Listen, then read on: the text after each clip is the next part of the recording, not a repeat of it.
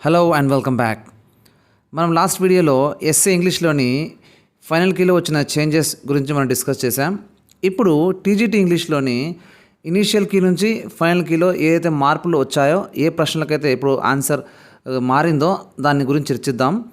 And 2 నుంచి 3 ప్రశ్నలు లేదా 4 ప్రశ్నలకు ఇంకా స్టిల్ మిస్టేక్స్ ఉన్నాయి. అంటే ఇంకా మనకు ఫైనల్ కీలో మారాల్సి ఉన్న స్కోప్ ఉన్నప్పటికీ అది మారలేదు. మరి ఇప్పుడు దాని ఎక్స్పర్ట్ టీం రివ్యూ చేస్తున్నారు మరోసారి అనే విషయం మనకు తెలిసింది. రివ్యూ చేసిన తర్వాత అది మారుస్తారా లేదా విషయం మనం వేచి చూడాలి. ఆ ప్రశ్నలు ఏవి కూడా ఇప్పుడు ఈ వీడియో డిస్కస్ చేద్దామండి. Let's get started. ఈ క్వశ్చన్ చూడండి. ఫస్ట్ క్వశ్చన్ మనకు ఇది సైకాలజీ నుంచి రావడం జరిగింది. ఇందులో ఈ ప్రశ్న 4 ఆప్షన్లు కూడా కరెక్ట్గా అని వచ్చింది. అంటే యాడ్ స్కోర్ అనమాట. ఎవరికైతే మార్క్ అప్పుడు కట్ అయిందో తగ్గిందో ఇప్పుడు అందరికీ పెరుగుతుంది. ఎవరికైతే ఆల్రెడీ వచ్చి ఉందో వాళ్ళకి పెరగదు. సో ఈ ప్రశ్న గమనించండి అందరూ. ఇది అందరికీ మనకు యాడ్ స్కోర్ రావడం జరిగింది. నెక్స్ట్ క్వశ్చన్ అండి మన క్లౌడ్ పోయం నుంచి. ఎస్ఏ ఇంగ్లీష్లో కూడా మనకు ఇదే టాపిక్ మీద మనకు యాడ్ స్కోర్ రావడం జరిగింది. టీజీ ఇంగ్లీష్లో కూడా మనకు ఇప్పుడు యాడ్ స్కోర్ రావడం జరిగింది. ఇంట్రెస్టింగ్ ఏమంటే ఇది ఆప్షన్ 1 లేదా 2 రెండిట్లో ఒకటి రావాలి లేదా 2 రావాలి. యాక్చువల్గా 3, 4 అనేది completely out of the topic అండి. అసలు మ్యాచే కాదు. అది లయన్ గురించి రివర్ గురించి ఎక్కడ కూడా ఆ పోయంలో లేదు. ఒరిజినల్ టెక్స్ట్ తీసుకొని మీరు చూడగలరు ఎవరైనా. ఎక్కడ కూడా లేదు. అంటే ఇది కంప్లీట్లీ దానికి మ్యాచ్ అవ్వనిది. దీన్ని కూడా యాడ్ స్కోర్ ఇచ్చారంటే దీనిలో యాక్యురసీ ఏమాత్రం లేదని నాకు అర్థమవుతుంది. ఆన్సర్ ఎయిదర్ 1 or 2 లేదా రెండిట్లో వచ్చిన మల్టిపుల్ ఆన్సర్గా ఓకే. బట్ 3, 4 అనేది ష్యూర్లీ 101% ఎక్కడ కూడా అది మ్యాచ్ అవ్వదు. That is wrong. మార్క్ వేరే వాళ్ళకి వచ్చిండొచ్చు. 3, 4 పెట్టిన వాళ్ళకి మార్క్ యాడ్ అయింది. సంతోషం అండి, మంచిదే. మీరు హాఫ్ మార్క్ ముందుకు వెళ్తారు. కానీ యాక్యురసీ గురించి మాట్లాడితే అది 200% రాంగ్. అసలు అక్కడ రాకూడదు. 1 and 2లోనే ఆన్సర్ రావాలి. నేను గత వీడియో కూడా డిస్కస్ చేశానండి. క్లియర్ టెక్స్ట్, ఒరిజినల్ టెక్స్ట్ తీసుకొని మరి నేను డిస్కస్ చేశాను. మెటాఫర్ అనేది ఇక్కడ డవ్ అండ్ ఈగల్ 2 మెన్షన్ చేశారు. కాంటెక్స్ట్ వేరు, ఒకే స్టాండర్డ్ మెన్షన్ చేశారు. 2 రావాలి. 1, 2 కరెక్ట్ ఆన్సర్. 3, 4 ష్యూర్గా అది మ్యాచ్ అవ్వదు. జస్ట్ ఇది 100% అక్యురసీ లేదు ఈ యాడ్ స్కోర్ వచ్చిన దానికి.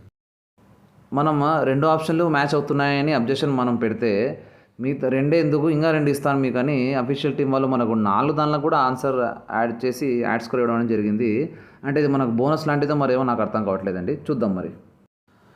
నెక్స్ట్ క్వశ్చన్ అండి మనకు ఆఫ్టర్ 20 ఇయర్స్లోని ఈ షార్ట్ స్టోరీ నుంచి ఫైండ్ ద ఇన్కరెక్ట్ స్టేట్మెంట్ అని అడిగారండి క్వశ్చన్లో. లాస్ట్ టైం మనకు ఆప్షన్ 2 అని ఇచ్చారు. ఆప్షన్ 2 అనేది కరెక్ట్ స్టేట్మెంట్ అది. సో ఇప్పుడు ఫైనల్ కీలో చేంజ్ అయింది. ఆప్షన్ 3 అనేది ఇన్కరెక్ట్ స్టేట్మెంట్ ఇక్కడ. సో ఆప్షన్ 3గా మారింది ఆన్సర్. ఎవరైతే ఇప్పుడు ఆన్సర్ చేంజ్ అయిందో సో వాళ్ళు గమనించగలరండి. 2 నుంచి 3కి మారిందండి ఈ ప్రశ్నకు. నెక్స్ట్ క్వశ్చన్ అండి మనకు స్వామి అండ్ ఫ్రెండ్స్ నుంచి. ఇందులో అయితే ఏం చేంజ్ జరగలేదండి ఇక్కడ. అప్పుడు ఇనిషియల్కి కూడా 3rd ఆప్షనే కరెక్ట్ అని ఇచ్చారు. ఇప్పుడు కూడా 3rd ఆప్షనే కరెక్ట్. బట్ ఇక్కడ నేను ఎందుకు డిస్కస్ చేస్తున్నాను ఇక్కడ అంటే సో మనకు స్వామి అండ్ ఫ్రెండ్స్ నవల్లో స్పిరిచువాలిటీ గురించి ఇక్కడ మెన్షన్ చేయలేదండి. అఫ్కోర్స్ స్వామి క్యారెక్టర్లో మదర్ క్యారెక్టర్ మనకు ఆర్థోడాక్స్ హిందూ ఫ్యామిలీకి వచ్చినట్లు మనకు చూపించడం జరిగింది ఉంది నావెల్లో. బట్ ఇక్కడ spirituality plays a central role in the protagonist journey of self discovery అనే విషయం మీద అంతగా కరెక్ట్ అయితే 100% ఇది మ్యాచ్ అవ్వదండి.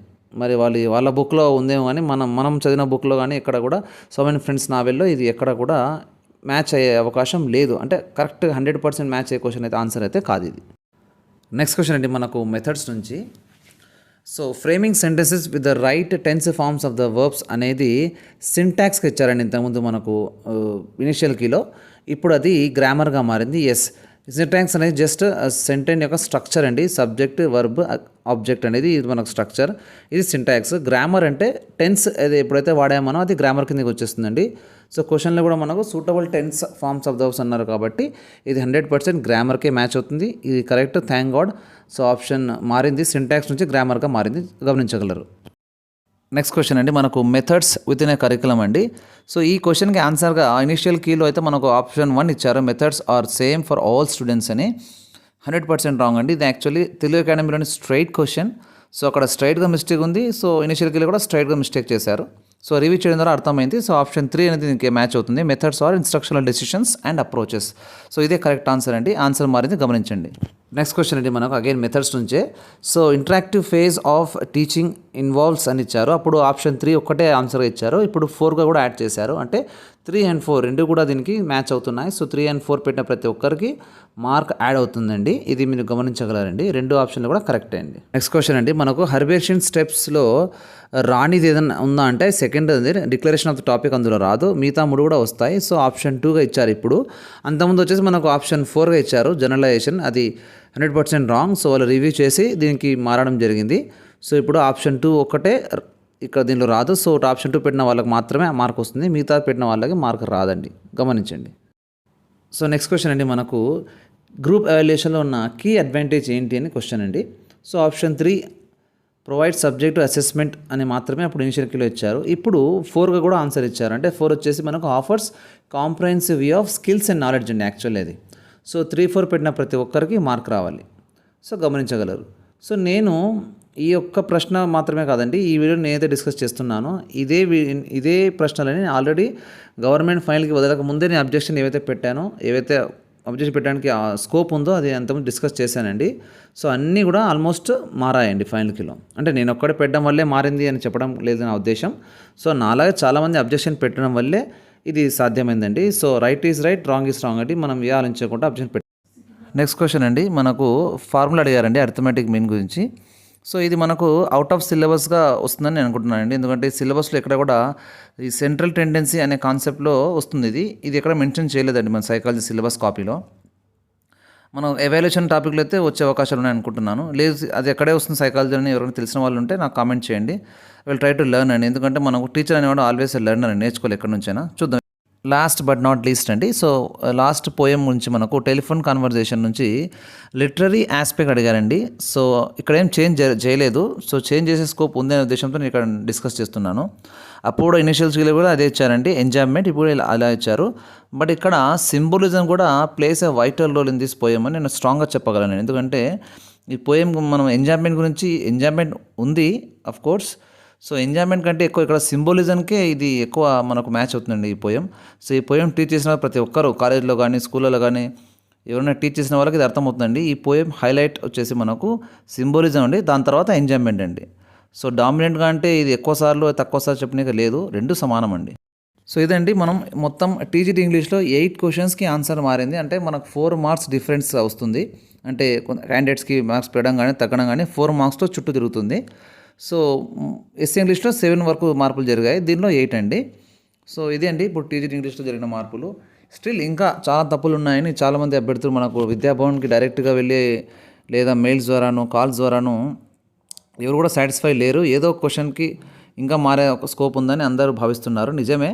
బట్ చూడాలండి, ప్రతి ఒక్క క్వశ్చన్కి వాళ్ళు మార్చారండి, అంతే. అది that is called the power of authority.